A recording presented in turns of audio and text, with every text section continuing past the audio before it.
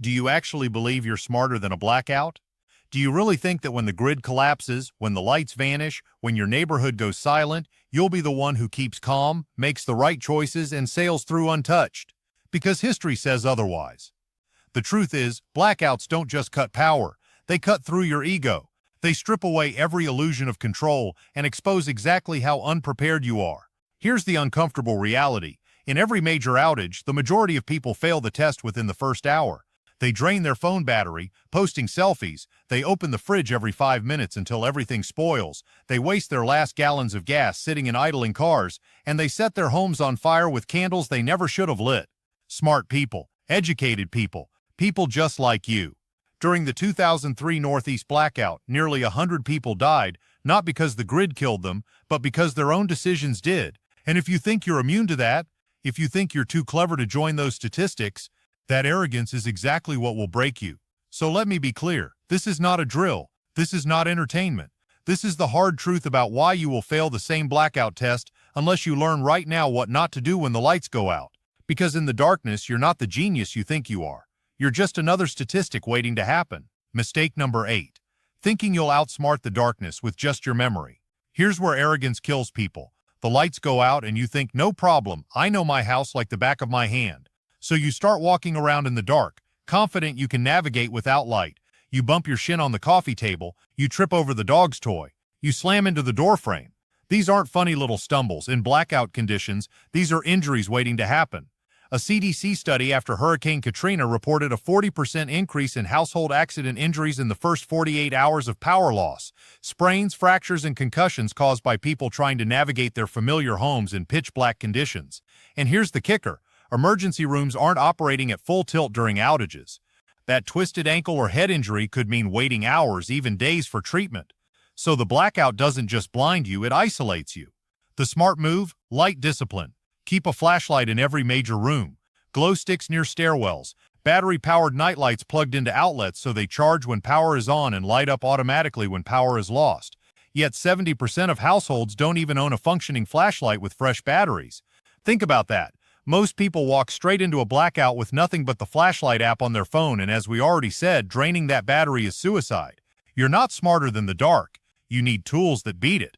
Because stumbling around your own home blind is how ordinary people turn themselves into casualties. Mistake number 7. Assuming tap water will keep flowing like nothing changed. This one is so common it's almost universal. The power cuts out. You take a sip from the faucet, and you think, well, at least we'll have water. Wrong. Municipal water systems rely on electric pumps to maintain pressure. In big cities, water towers can buy you a few hours of gravity-fed flow. But when the pump stops, so does your supply. In rural areas with private wells, the moment electricity dies, your pump dies too. During the 2003 Northeast blackout, tens of millions lost tap water access within 12 hours. FEMA data shows the average American uses 82 gallons of water per day. But in a blackout survival scenario, you need a bare minimum of 1 gallon per person per day just to stay alive. And yet, when the lights first go out, most people don't immediately fill every sink, tub, and container in their house. They wait. They assume. They trust that the faucets will keep running. By the time they realize it's slowing to a trickle, their window has closed. The survivors? They acted in minute 1, filling bathtubs with 40 gallons of reserve water, filling pitchers, buckets, even Ziploc bags. That water isn't just for drinking, it's for cooking, brushing teeth, flushing toilets. You think you're too smart to need that step. Let me tell you, dehydration doesn't care about ego. Your body starts shutting down cognitive function after just 24 hours without adequate fluid intake. And once you're rationing ounces instead of gallons, your blackout went from inconvenient to life-threatening. Mistake number 6. Treating your gas stove like a magic survival tool. Here's another one. People swagger into a blackout thinking, at least I've got my gas stove. No electricity needed, I'll just cook like normal. They strike a match, light the burner, and feel smug while neighbors complain. But here's what they never consider. Modern gas stoves rely on electric ignition systems and, more importantly, electric-powered ventilation. When you burn natural gas in a closed space without working fans, you're not just cooking dinner, you're slowly filling your kitchen with carbon monoxide, an odorless killer that takes down thousands every year. During the 1998 Quebec ice storm blackout, carbon monoxide poisoning sent over 400 people to the hospital in just 3 days, most of them from using gas stoves and grills indoors. It doesn't take long. Just a few hours of unventilated cooking can build levels high enough to cause dizziness, confusion, and eventually unconsciousness. And in a blackout, confusion isn't just a nuisance, it's death. You forget to conserve food, you leave candles burning, you wander outside disoriented. The right play? Portable camp stoves, propane burners used strictly outdoors, or rocket stoves you can build from bricks and a few tin cans. Ventilation is survival. Yet surveys show 62% of Americans admit they would cook indoors on a grill or gas stove during a prolonged outage. You think you're smarter than statistics? Those statistics are built on corpses of people who thought the same. Don't let your kitchen become a silent gas chamber. Mistake number 5. Believing refrigeration rules don't apply to you. This is where misplaced confidence really takes people down. The power clicks off and someone in your house will inevitably say, "Don't worry, the fridge will keep things cold for days." Wrong again. The USDA has studied this extensively. Your refrigerator keeps food safe for about 4 hours if the door stays shut. Your freezer for 24 to 48 hours max if it's full. But Americans treat fridges like vaults, opening them constantly during blackouts just to check. Every peak dumps precious cold air, accelerating spoilage. During the 2017 Puerto Rico blackout after Hurricane Maria, 80% of foodborne illness cases came from people eating probably fine leftovers that turned into bacteria incubators once fridge temps climbed above 40°F. Salmonella, E. coli, Listeria, they don't care that you're trying to avoid waste. They'll drop you fast, and hospitals may not even be operational to treat you. Now here's the kicker. People always choose to eat the wrong things first. They go for frozen meats, high-protein foods, expensive perishables, exactly the things that would have given them long-term nutrition if rationed carefully. Then 2 days later, they're left with stale crackers and canned corn while their bodies crave protein. The smart method? Eat dairy first, then fresh produce, then leftovers, and save frozen meats for last. Don't open that fridge more than absolutely necessary. Tape a note on it, stay shut unless essential. Overconfidence with food safety is the blackout mistake that sneaks up slow and finishes fast. Your stomach is not smarter than food science. Mistake number 4, assuming your generator makes you untouchable. Ah yes, the golden ticket mistake. The power drops and people strut out to their garage, fire up a gas generator, and act like they've outsmarted the entire grid. We're fine, we've got backup. They plug in the fridge, maybe a space heater, maybe the TV. They think they've solved the blackout. What they don't realize is they've just created a carbon monoxide machine spewing poison that kills faster than starvation or dehydration. The CDC reports that over 400 Americans die each year from CO poisoning, and 70% of those deaths happen during blackouts because people ran generators indoors, in garages, or too close to windows. It's not just poison, it's theft too. Generators guzzle fuel like there's no tomorrow. A mid-size unit burns through 2 gallons of gas every 3 hours. Do the math. In a 3-day outage, you'd need nearly 50 gallons. But during blackouts, gas stations can't pump. That stash you thought was enough? It's gone in a weekend. And here's another brutal fact. Criminals hear that steady generator hum like a dinner bell. After Hurricane Ida, law enforcement across Louisiana reported spikes in generator thefts because the sound advertises exactly who has power and who has fuel. If you think your generator makes you king of the block, you're actually painting a giant target on your back. The smarter move? Battery banks, solar backups, quiet systems that don't scream resources inside.